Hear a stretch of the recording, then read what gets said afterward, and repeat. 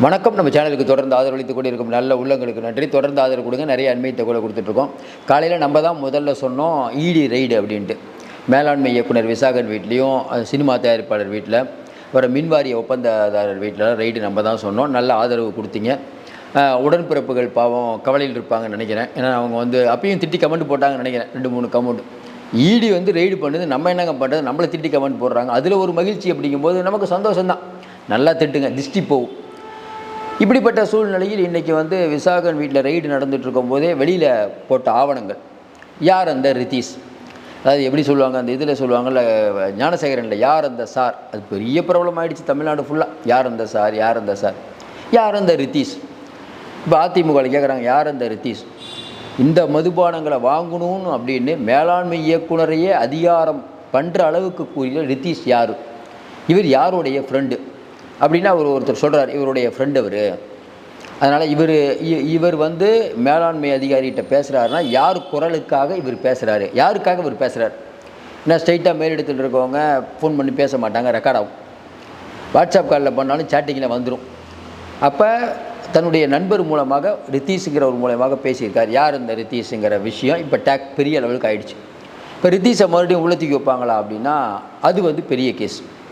நம்ம காலையில் சொன்னோம் இந்த இடி ரெய்டு இதோடு முடியாதுங்க, அமலாக்கத்துறை ஆஃபீஸில் கொண்டு விசாரிப்பாங்கன்னு. அதே மாதிரி இன்றைக்கி மேலாண்மை இயக்குனரை இன்றைக்கி இப்போ விசாரிச்சிட்ருக்காங்க நுங்கம்பாக்கத்தில் இருக்கக்கூடிய அலுவலகத்தில். இந்த விஷயத்தை பொறுத்த வரைக்கும் நல்லா ஞாபகம் வச்சு பாருங்கள். உங்களையும் என்னையும் விட அதிகாரிகள் அறிவாளிகள். கவர்மெண்ட் ஆஃபீஸர் இல்லைங்க, படிச்சுட்டு வந்திருக்காங்க. அவங்களுக்கு நல்லாவே தெரியும் இன்னும் 9 மாதத்தில் தேர்தல் நடக்கும்போது நம்மளை விடமாட்டாங்க. இந்த விஷயத்தில் நம்ம வாக்குமூலம் ஒழுங்காக கொடுக்கலனாலோ ஏமாத்தினாலோ மாட்டிக்குவோம். ஏன் இவர் கூட ரித்தீஷுங்கிற ஒருத்தர் கூட உங்களுக்கு என்னங்க பழக்கம், உங்கள் ஃப்ரெண்டா? இல்லை சார். ரைட், எதுக்கு பழக்கம், இவர் யார், அவர் டெய்லி இத்தனை தடவை இவர் சாட் பண்ணி பேசுகிறீங்களே, இவருக்கும் உங்களுக்கும் என்ன தொடர்புன்னு கேட்டால் என்ன தான் சொல்லுவீங்க நீங்கள்? ஏதாவது ஒரு வேல்யூபிள் காரணம் சொல்லணும். ரித்தீஷுங்கிற யாருன்னா முதல்ல பதில் சொல்லணும். ஏன்னா அந்த நம்பர்லேருந்து ஃபோன் வந்துருக்கும். ஆமாங்க இவர் தான் ரித்தீஷு, இவர் தலைமையுடைய இதாச்சே, நீங்கள் ஏன்பா அவரோட பேசுகிறீங்க? இல்லை சார் அவர் தான் மதுபானம் வாங்கணும்னு சொல்லுவார். ஆமாம்மா ஆடியோ கேட்டோம், மதுபானங்கள்லாம் இது வாங்குங்க அது வாங்குன்னு அவர் சொல்கிறாரு. 3வது பர்சன் சொல்கிற அளவுக்கு தான் டாஸ்மார்க் இன்றைக்கி இயங்குதா? அதுக்குன்னு அமைச்சர் இருக்கார், எவ்வளோ பேர் இருக்காங்க, ஏங்க அவர் ஏங்க சொல்கிறாரு? அப்போ உச்சபட்ச அதிகாரம் படைத்த யார்? ஏற்கனவே சூப்பர் முதல்வர் தர்மேந்திர பிரதான் சொன்னது தான் ஞாபகம் வருது. நம்ம சொன்னோம் தமிழ்நாட்டை தடி எடுத்தவங்களாம் தண்டல்காரன் மாதிரி ஆகிட்டாங்க இன்றைக்கி நிலவரம். ஏன்னா அதிகாரிகளுடைய ஆட்சி நடக்குது, சிஎம்முடைய கட்டுப்பாட்டிலே இல்லை. அது ஒரு பாட்டு ஒரு ரூட்டில் போயிட்டுருக்குன்னு சொன்னோம். அப்போல்லாம் நீங்கள் யாரும் கேட்கல, இப்போ கேட்குறீங்களா? நம்ம தாழ்மையாக கேட்குற விஷயம் என்னென்னா மறுபடியும் இது ஒரு விஷயத்தை கேட்டால் உடன்பிறப்புகள் பதிலே சொல்ல மாட்டுறாங்க. இப்போ கலைஞர் இருந்தார், ஜெயலலிதா அம்மா இருந்தாங்க, ஓபிஎஸ் இருந்தார், எடப்பாடி இருந்தாங்க. இவங்க யார் ஆட்சியிலையுமே. இன்னொன்று மோடி இருந்தார். அப்புறம் பார்த்தீங்கன்னா ரேவந்த் ரெட்டி, எவ்வளவோ பேர் இருக்காங்க. இந்தியா முழுக்க எவ்வளவோ கட்சிகள் மாறி மாறி ஆட்சி பண்ணுது. யாருமே செய்யாத ஒரு சாதனை ஸ்டாலின் பண்ணது என்னென்னா, ஒரு டிபார்ட்மெண்ட்டில் இருந்து இன்னொரு டிபார்ட்மெண்ட்டுக்கு ஒரு ஐஏஎஸை ட்ரான்ஸ்ஃபர் பண்ணால் அதை கற்றுக்க 6 மாதம் ஆகுங்க. இதை இயற்கை. அதனால தான் ஒரு 3 வருஷம் 4 வருஷம் விடுவாங்க. ஸ்டாலின் அவர்கள் ஒரு டிபார்ட்மெண்ட்லேருந்து ஒரு அதிகாரியை இன்னொரு டிபார்ட்மெண்ட்டுக்கு மாற்றுறாங்க, அதுக்கும் கையெழுத்து போடுறாரு. 6 மாதம் கழித்து அதே அதிகாரியை அதே டிபார்ட்மெண்ட்டுக்கு போகிறார், ஏற்கனவே இருந்த டிபார்ட்மெண்ட், அதுக்கும் கையெழுத்து போடுறாரு. கேட்கணுமா வேணாமா? என்னப்பா எதுக்கு வேற மாற்றினேன், இங்கேருந்து எதுக்கு மாற்றினேன் கேட்கணுமா? கேட்க மாட்டார். ஏன்? அவரே அப்படி தானே மாற்றுறாரு. மனோ தங்கராஜுக்கு ஏன் பதவியை பறிச்சாருன்னு தெரியாது, ஏன் பதவியை கொடுத்தாருன்னு தெரியாது, அதுக்கும் பதில் சொல்ல மாட்டீங்க. அப்போ இந்த ஆட்சியை பற்றி நம்ம எப்படி புரிஞ்சுக்கிறது? கொஞ்சம் யோசனை பாருங்கள். சரி, இந்த டாஸ்மார்க் விஷயத்தை பொறுத்த வரைக்கும் அடுத்து என்ன நடக்கும் நல்லா ஞாபகம் வச்சுக்கோங்க. டாஸ்மார்க்கிறது ஒரு புதகுழி மாதிரி. முழுக்க அதை கண்டுபிடிச்சி நீங்கள் தண்டனை வாங்கி தரது ரொம்ப கஷ்டம், அதில் மாற்று கருத்தே இல்லைங்க. ஏன்? டெல்லி மதுபான கொள்கைங்கிறது சின்ன துக்குடா அமௌண்ட்டு. தமிழ்நாடு அப்படி இல்லை, எவ்வளோ பெரிய ஸ்டேட்டு. டாஸ்மார்க்குடைய வருமானம் கண்ணை கட்டும். 1000 கோடி அப்படின்னு இன்றைக்கி டாஸ்மார்க் சொன்னதே ஒரு சூட்சம் தான். ஏன்? எப்பயுமே இவங்க இப்போ ஜெயலலிதா காலத்தில் கலைஞர்கிட்ட போய் கேட்கும்போது ஒரு இடத்தோடைய ஜெயலலிதா ஒரு சொத்தை வாங்கியிருப்பாங்க. எப்பயுமே அந்த அதிகாரிகள் என்ன பண்ணுவாங்க, ஜெயலலிதா அந்த சொத்தை வாங்கியிருக்காங்க, கைட்லைன் வேல்யூ அந்த ஏரியா அந்த அந்த அந்த இடத்துக்கு 1 கோடின்னு வச்சுக்கோங்க. ஆனால் உண்மையிலே இன்றைக்கி மதிப்பு பார்த்திங்கன்னா ஒரு 10 கோடி இருக்கும். அப்படி கணக்கு பண்ணி கைட்லைன் வேல்யூ தான் கணக்கில் எடுத்துக்கும் கோர்ட்டு. ஆனால் இவங்க என்ன பண்ணுவாங்க, அதிகாரி நம்ம கலைஞர்கிட்ட நல்ல பேர் வாங்கணுங்கிறதுக்காக 10 கோடின்னு போட்டு 10 சொத்தை போட்டு 100 கோடி ஏமாற்றிருக்காங்க அப்படிம்பாங்க. கலைஞர் ஒத்துக்க மாட்டார். கைட்லைன் எவ்வளோப்பா 1 கோடி 10 கோடி மட்டும் சொல்லு, அப்போ தான் நிற்கும். ஏன்னா அனுபவம். ஜெயலலிதா அம்மாவுக்கு இந்த அனுபவம் இல்லை. அதே போல் இப்போ இடி ரொம்ப அதிகமான வேணாம், 50,000 கோடி அதெல்லாம் வேணாம். ஏன் ஒன்றை பிடிப்போம். என்ன பிடிப்போம்? மதுபான ஆலையிலிருந்து நேரடியாக இன்றைக்கி டாஸ்மார்க்குக்கு வரும்போது 1000 பாட்டில் உற்பத்தி செய்கிற இடத்துல 500 தான் வருது, 500 காணோம். ஏன் இந்த கேஸை போடுறாங்க? இந்த கேஸு போட்டால் வாட்டு பிரச்சனையில் மாட்டிக்குவாங்க.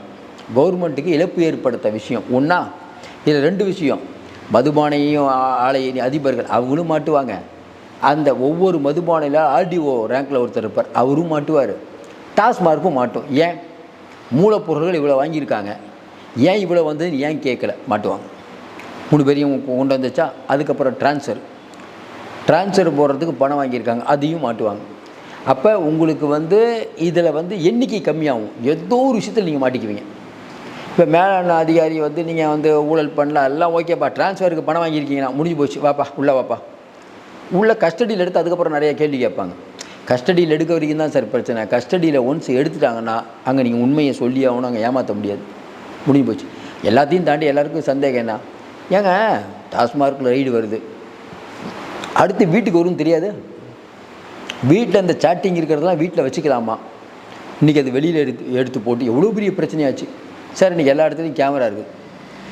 நீங்கள் மேலாண்மை இயக்குனர் வீட்டில் ரைடு நடக்கும்போது கீழே ஃபுல்லாக பத்திரிக்கையாளர்கள் இருக்காங்க. மேலேருந்து தூக்கி போடுறது பத்திரிக்கையாளரே பார்க்குறாங்க. பாருங்கள், அந்த கிழிஞ்சதெல்லாம் விஷுவல் வந்துருச்சு. இப்போ திமுக அரசாங்கம் இருக்கும்போது இங்கே இருக்கக்கூடிய காவல்துறை யாருக்கு சப்போர்ட் பண்ணும்? திமுகவுக்கு தான் சப்போர்ட் பண்ணும். ஆனால் நிறைய மீடியா வந்து திமுகவுக்கே சப்போர்ட் பண்ணாலும் என்ன பண்ணுவீங்க? எல்லாத்தையும் வெளியில் தூக்கி போடும்போது அதை வீடியோ எடுத்து ஷூட் பண்ணுவேன். ஒருத்தர் நீங்கள் ஷூட் பண்ணி இன்னொருத்தர் ஷூட் பண்ணுவாங்க. டிஆர்பி ரேட் எகிரிடும். அப்போ மாட்டிக்கிட்டாங்களா? சரி, இப்போ இதுலேருந்து வெளில வருது எப்படி? ஏற்கனவே சொன்ன மாதிரி சட்டவிரோதம் அப்படின்னு அறிவிக்க சொன்னது இவங்க பண்ணது மிகப்பெரிய தப்பு. இப்போ கோர்ட்டுக்கு இது போகுது ஒன்று. இதில் இன்னொரு முக்கியமான விஷயம், சென்னை ஹைகோர்ட்டில் 3 நாளைக்கு முன்னாடி ஒரு பொதுநல வழக்கு ஒருத்தர் போடுறாரு. என்ன போடுறாரு? தமிழ்நாட்டில் இன்றைக்கி வந்து எஃப்ஐஆர் வந்து ஒரு 40 இருக்குது டாஸ்மார்க்குக்கு. இந்த 40 ஸ்டேட்டஸ் கோ வேணும், இன்றைய நிலை வேணும், இல்லைன்னா அதை வந்து சீக்கிரம் மூடுற மாதிரி தெரியுது. அதனால் என்ன பண்ணுங்கள், இது முழுக்கை எல்லாத்தையுமே நீங்கள் சிபிஐக்கு மாற்றுங்கன்னு கேஸ் போடுறாரு. உடனே தமிழக அரசு சார்பில் ஆஜரான அங்கே வழக்கறிஞர் சொல்கிறாரு, இல்லை இதுக்கு டீட்டெயிலாக எனக்கு ரிப்போர்ட் கொடுக்கறதுக்கு எனக்கு டைம் வேணும்னு கேட்குறாரு. கோர்ட் சொல்லுது 1 வாரம் டைம்னு. 1 வாரம் ஏன் சொல்லுதுன்னா, 1 வாரத்துக்கு அப்புறம் 2 வாரம்னா நீதியரசர் ஆனந்த் வெங்கடேசன் அங்கே இருக்க மாட்டார், மதுரை பீச்சுக்கு போயிடுவார். 1 வாரம்னா அடுத்த வாரம் அங்கே இருப்பார். அதனால தான் 1 வாரம் டைம்ங்கிறார். நானே விசாரிக்கிறேன்ட்டு. உடனே இன்னொரு வக்கீல் நம்ம தமிழ்நாடு சேர்ந்தவர், இல்லை 2017 வந்து எல்லா கேஸ் இருக்குது, இவர் வந்து தூங்கிட்டு கேஸ் போடுறாரு இப்போ அப்படின்னு அந்த வழக்கு போட்டவரை கேட்குறாரு. உடனே மோடி நீதியை சொல்லிட்டார், எப்பா உங்களுடைய சந்தேகம் எதுனாலும் பிரச்சனையே இல்லை, அடுத்த வாரம் டீட்டெயிலாக சொல்லுங்கள், எனக்கு ஒன்றும் பிரச்சனையே இல்லைன்ட்டார். இப்போ சொல்கிறனால அடுத்த வாரம் கேஸ் வரும்போது அந்த பாதிக்கப்பட்ட ஏற்கனவே மனு போட்டார். அவர் என்ன சொல்லுவார்? ஐயா நான் சொன்னேன், நீ நம்பளை பாருங்கய்யா, இப்போ மறுபடியும் அந்த மேலாண்மை அதிகாரி வீட்டில் ரெய்டு போயிடுச்சு, இன்னும் நிறைய ஆவணங்களை கைப்பற்றிருக்காங்க, சேட்டிங்கில் கைப்பற்றிருக்காங்க, இந்த ரித்தீஷ்னு யாரோ ஒருத்தர் உள்ளே வராரு, அந்த ரித்தீஷ் யாருங்கிற விசாரிக்கணும். இப்போ ரித்தீஷ் அடுத்து, ஏன்னா இடி ஒரு கணக்கு போடும். நம்ம மறுபடியும் சொன்னோம், மேலே கதவை தட்ட போகுதுன்னு சொன்னோம். தட்ட ஆரம்பிச்சிட்டாங்களா? பிடிச்சிட்டாங்களா? யாராவது யோசிச்சிங்களா? ரித்தீஷுங்கிறவர் யார், எங்கேருந்து வந்தார்? அதிமுக சொல்லுது ரித்தீஷ் அவர் தான், அவருடைய ஃப்ரெண்டு தான் ரித்தீஷு. ஏன் ஃபோன் பண்ணுறாரு? மேலாண்மை இயக்குனருக்கு அடிக்கடி ஃபோன் பண்ணுற அளவுக்கு இவருக்கு யார் இந்த தைரியத்தை கொடுத்தது அப்படின்ட்டு. இப்போ தொக்கா சிக்கிக்குவாங்கல்ல, அது மாதிரி தொக்கா சிக்கிட்டாங்க. அடுத்து இப்போ அவரை வைக்கும்போது அவரை இயக்குவது யாருங்கிறது ஆட்டோமேட்டிக்காக தெரிஞ்சிடும். அதையும் தாண்டி அவருடைய செல்லு. சார் இப்போல்லாம் வந்து நீங்கள் செல்லில் இருந்து டேட்டா எடுக்கிறதுலாம் நீங்கள் என்ன தான் எரேஸ் பண்ணாலும் எடுத்துடலாம். அதனால் நீங்கள் வந்து அதெல்லாம் ரொம்பலாம் சிரமப்பட வேணாம். அதுவும் இல்லாமல் இன்றைக்கி வந்து நீங்கள் சிபிசிஐடி இல்லை தமிழ்நாடு போலீஸ் விசாரித்தா பரவாயில்ல. விசாரிக்கிற போலீஸோட நோக்கமே, இடியோட நோக்கமே உங்களை உள்ளே வைக்கணுன்னு தான் நோக்கம். நீங்கள் கொஞ்சம் தப்பு பண்ணாலும் உங்களை உள்ளே தூக்கி வைக்கிறது தான் அவங்களுக்கு கொடுக்கப்பட்ட அஜெண்டா. சிபிஐயும் உள்ளே வருது. மொத்தமாக முடிஞ்சா சிபிஐ இடி 2 சேர்ந்தா அமர்க்களம் தான், சரியான அமர்க்களம் நடக்க போகுது. உப்பை தின்னவன் தண்ணி குடித்தான், என்னென்ன பேச்சு பேசுனீங்க? கூட்டாட்சி தத்துவத்துக்கு எதிரானது. ஏன்பா டாஸ்மார்க்கில் நீங்கள் கொள்ளடிப்பீங்க, சென்ட்ரல் கவர்மெண்ட் உள்ளே வந்ததுன்னா கூட்டாட்சி தத்துவத்துக்கு எதிராக நடந்துக்கிறீங்க. பூபேஷ் சிங் பாதல் உங்கள் கூட்டணி கட்சி காங்கிரஸ் அவர் கூட இந்த மாதிரி சொல்லியேங்க. கெஜ்ரிவால் அவர் கூட இந்த மாதிரி சொல்லியே, மனுஷ செடியாக சொல்ல, கவிதா சொல்ல. யார் சார் உங்களுக்கு இந்த ஐடியா கொடுக்குறது? ஒரு புலனாய்வு அமைப்பு ரெய்டுக்கு வரத்தான் சார் செய்யும். அந்த புலனாய்வு அமைப்பு மேலே 1000 விமர்சனங்கள் இருக்கும். உண்மையில் நமக்கும் இருக்குது. இப்போ நேஷனல் ஹெரால்டு வழக்கில் வந்து சோனியா காந்தி ராகுல் காந்தியை இடி கூப்பிட்டு 10 மணி நேரம் டெய்லி விசாரித்தாங்க. என்ன பண்ண முடியும் ராகுல் காந்தியால்? கண்டிப்புக்கிறோம், அவ்வளோதான். ஈடினா பண்ணி தான் ஆகணும், வேறு என்ன பண்ண முடியும்? ராகுல் காந்திக்கு அந்த கதி. ராகுல் காந்தியோட பெரிய ஆளாக நீங்கள் ஒரு ஸ்டேட்டில் ஆட்சி நடத்துகிற உங்களுக்கே எப்படி இருக்குதுன்னா ராகுல் காந்திக்கு எப்படி இருக்கும்? கொஞ்சம் யோசனை பாருங்கள். இன்னொன்றுங்க, ஒரு அளவுக்கு நீங்கள் பண்ணலாம், எல்லா தப்பையும் பண்ணிவிட்டு பாஜக மோடி கிடின்னு ரொம்ப பண்ணிட்டு இருந்தீங்கன்னா மோடி என்ன யோசிப்பார்? அப்பா ரொம்ப தான் ஆடுறாங்க, நம்மகிட்ட டெல்லியில் வரும்போது மண்டிடுறாங்க, தமிழ்நாட்டில் போய் சவுண்டு ஓவராக கொடுக்குறாங்க. அப்போ என்ன பண்ணலாம்? அடுத்து நம்ம ஆட்சியை பிடிச்சா 2026 இவங்க இருக்கக்கூடாது. ஏன் 2029 நம்ம சீட்டில் இருக்கணும்னா 2026 இவங்க இருக்கக்கூடாது. இல்லைன்னா 2029 நம்ம இல்லை. இது மோடி யோசிப்பாரா யோசிக்க மாட்டாரா? யோசித்ததன் விளைவு தான் இந்த இந்த இந்த அட்டாக். 4 வருஷமாக தெரியாத மோடிக்கு இங்கே தப்பு நடக்குது. கரெக்டாக எப்படி இந்த டைம் வராரு? அதுவும் வேகம் எடுக்குது பாருங்கள். இவ்வளோ நாள் இருந்த வேகத்தை தாண்டி பயங்கரமாக நீங்கள் பாருங்கள், ரியாக்ஷன் வேகமாக இருக்கும். அதாவது இந்த 8 மாதத்துக்குள்ளே டாஸ்மார்க்கை ஒரு வழி பண்ணணுங்கிற முடிவோடு ஈடி இன்றைக்கி வேலை செய்கிறத பார்க்குறோம். அடுத்து நம்ம சொல்கிற மாதிரி இப்போ ரித்தீஷ் யாருங்கிற பிரச்சனை வந்துருச்சு. அதிமுக ஒரு பிரச்சனை கிளப்புதுன்னா அது சாதாரணமாக எடுத்துக்கூடாது. ஏன்? அதிமுக வந்து பிஜேபி தான், 2 பேரும் கூட்டணி தானே. அப்போ அதிமுக இந்த அளவுக்கு வலுவாக இந்த பாயிண்ட் எடுக்கும்போது இவங்களே எடுத்து கொடுப்பாங்கல்ல. பாருங்கள், ரித்தீஷுங்கிற யாருன்னா ஸோ அவரை நீங்கள் பிடிச்சிங்கன்னா அது ஆடும். மொத்த நெட்வொர்க்கு பிடிச்சி போடலாம், முடிச்சா கதை. அப்போ அதிகாரிகளை தாண்டி நண்பர்கிட்ட போயிடுச்சு. அடுத்து தலைமைக்கு போகும்போது இல்லை எனக்கு கொள்கை தான் முக்கியம், எங்கள் வீட்டில் யார் வேணால் நீங்கள் தூக்கி உள்ளே போடுங்க, நான் பிஜேபி வீழ்த்தாமல் தான் போவேன்னு ஸ்டாலின் சொல்லுவாரா? அமைதியாக இருக்கீங்களா இல்லையா? பி கூல், அவ்வளோதான். இதை தாண்டி அடுத்து தலைமையே கை வச்சாங்கன்னா சேகர் பாபுலேருந்து மூர்த்தியிலேருந்து எல்லாம் எப்படி யோசிப்பாங்க? அப்பா மேலேயே கை வச்சிட்டாங்கப்பா, அமைதியாக இருந்துருங்க. பிஜேபி ஏதாவது நம்ம திட்டி பேசி பிரச்சனை பண்ணோம்னா மொத்தமாக நமக்கே முடிச்சிடுவாங்க. இப்போவே என்ன பண்ணலாம்? இப்போவே ஒரு சமாதான தூது வைக்கலாம். அப்படி தான் நினைப்பாங்க. ஐயா நாங்கள் அப்ரூவ் வாங்கிறேன், தயவுசெய்து எங்களை விட்டுருங்க, அது நிறையா சம்பாரிச்சு வச்சுட்டீங்க, எவ்வளோ நாளும் கொடுக்குறேயா? நிறைய பேர் இப்படி பேசிகிட்டு இருக்காங்க உள்ள. மறுபடியும் நம்ம தொடர்ந்து சொல்கிறது தான், இன்றைக்கி நீங்கள் மாட்டிக்கிட்டீங்க. அதுவும் சாதாரணமான தப்பு இல்லை, மிகப்பெரிய ஒரு தப்பை பண்ணிட்டு நாங்கள் மடியில் கனமில்லை வழியில் பயமில்லைன்னு டைலாக் விட்டுட்டு இருந்தீங்கன்னா எவ்வளோ நாள் தாங்க மக்கள் பொறுப்பாங்க?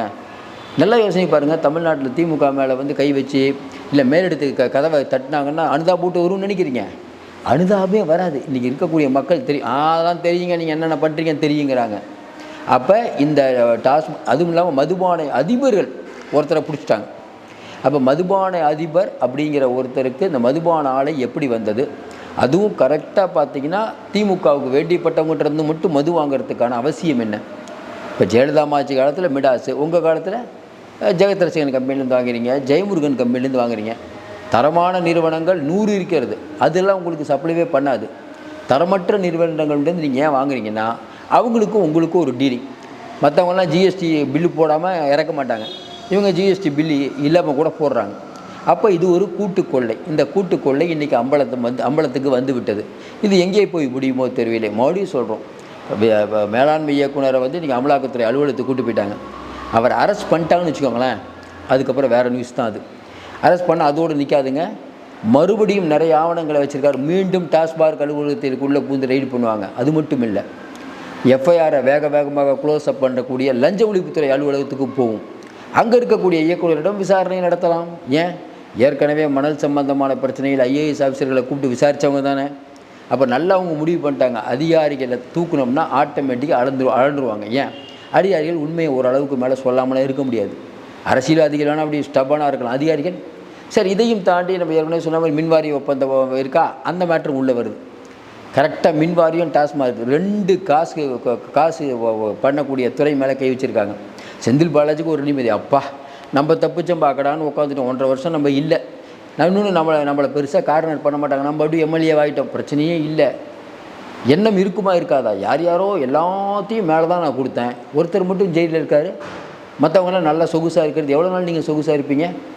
அதாவது உங்களுக்கு வந்து சேவகம் பார்க்குறதுக்கு ஒரு ஆள், சம்பாதிக்கிறதுக்கு ஒரு ஆள், ஜெயிலுக்கு போகிறதுக்கு ஒரு ஆள், ஆனால் உங்களை யாரும் ஒன்றும் பண்ண மாட்டாங்க. நீங்கள் மேலே இருப்பீங்க, மேலே அண்டர் கிரவுண்ட் டீலிங்கில் போட்டுட்ருப்பீங்க. நேருலேருந்து நம்ம இவர் துரைமுருகன்லேருந்து பொன்முடியெலாம் தெரியாதா? ஏப்பா நீங்கள் மட்டும் 44 கோடிக்கு வாட்ச் கட்டிட்டு நிம்மதியாக இருப்பீங்க, நாங்கள்லாம் பாதிக்கப்படணுமாங்கிற எண்ணம் அவர்கள்ட்ட வருமா வராதா?